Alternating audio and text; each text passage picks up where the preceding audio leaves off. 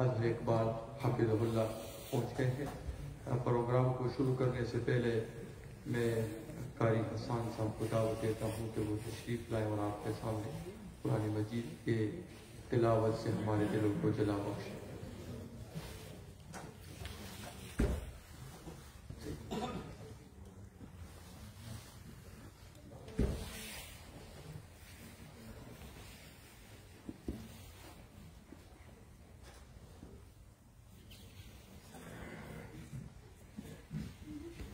أعوذ بالله من الشيطان الرجيم. بسم الله الرحمن الرحيم.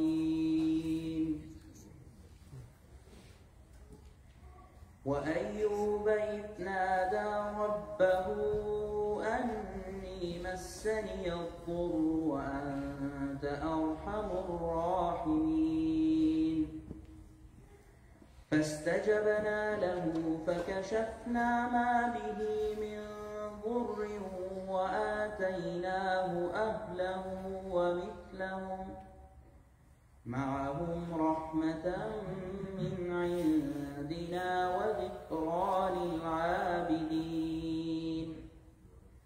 وإسماعيل وإدريس وذا الكفل كل من الصابرين وأدخلناهم في رحمتنا إنهم من الصالحين. وذا النون إذ ذهب مغاضبا فظن أن لن نقدر عليه فنادى في الظلمات أن لا إله إلا أنت سبحانك إني كنت من الظالمين. صدق الله العظيم.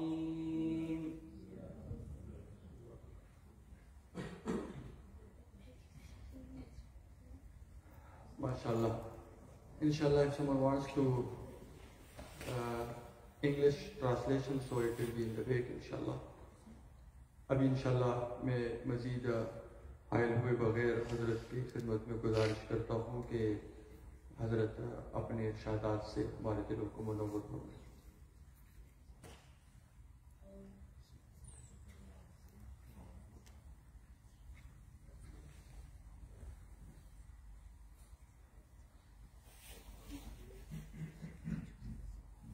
بسم اللہ الرحمن الرحیم۔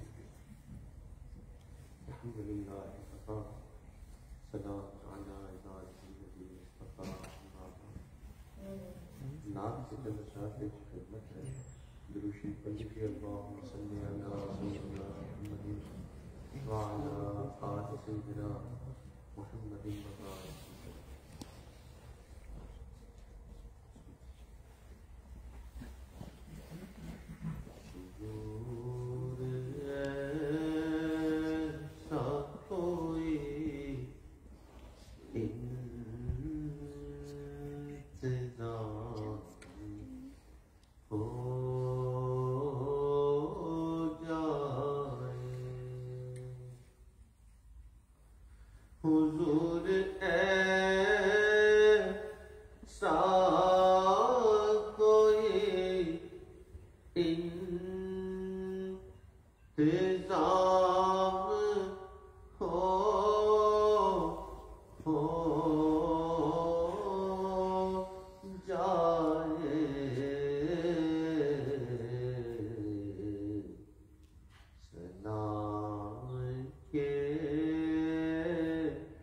لیے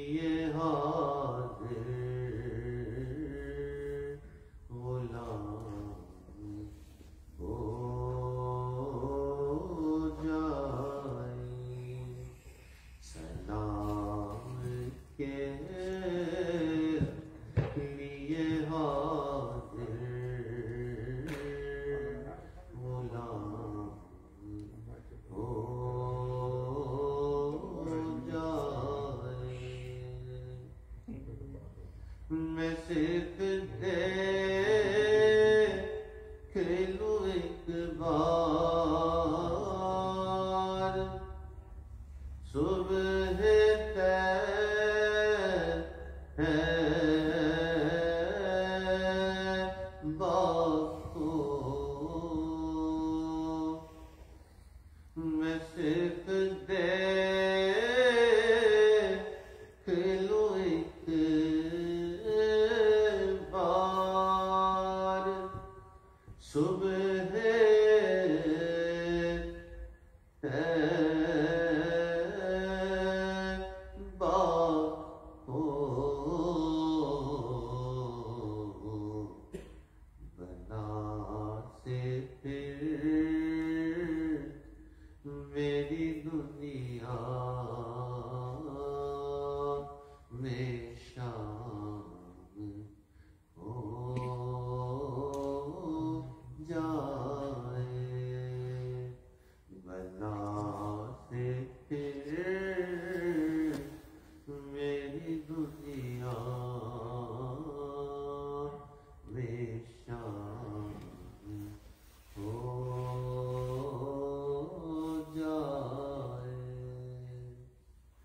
حضور آپ جو چاہیں تو کچھ نہیں مشکل حضور آپ جو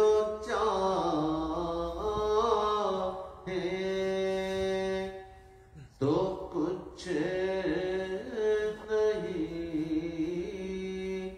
مشکل سمٹ کے پاس سے لائے چندگان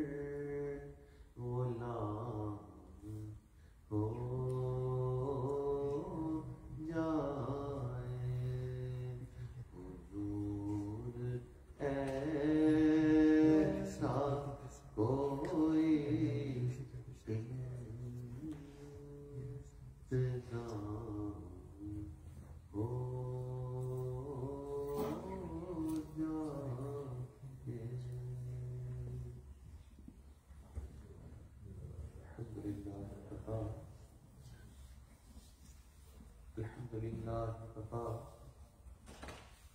سلام علی عباده الذین اصطفى اما بعد اعوذ باللہ من الشیطان الرجیم بسم اللہ الرحمن الرحیم کل نفس ذائقۃ الموت سبحان ربک رب العزة عما یصفون وسلام على المرسلين والحمد لله رب العالمين اللهم صل على سيدنا محمد وعلى آل سيدنا محمد وبارك وسلم اللهم صل على سيدنا محمد وعلى آل سيدنا محمد وبارك وسلم اللهم صل على سيدنا محمد وعلى آل سيدنا محمد وبارك وسلم ارشاد باری تعالیٰ ہے کل نفس ذائقۃ الموت ہر جی نے موت کا ذائقہ چکھنا ہے امیر نے بھی مرنا ہے غریب نے بھی مرنا ہے پڑھے لکھے نے بھی مرنا ہے ان پڑھ نے بھی مرنا ہے مرد نے بھی مرنا ہے عورت نے بھی مرنا ہے مسلمان نے بھی مرنا ہے اور کافر نے بھی مرنا ہے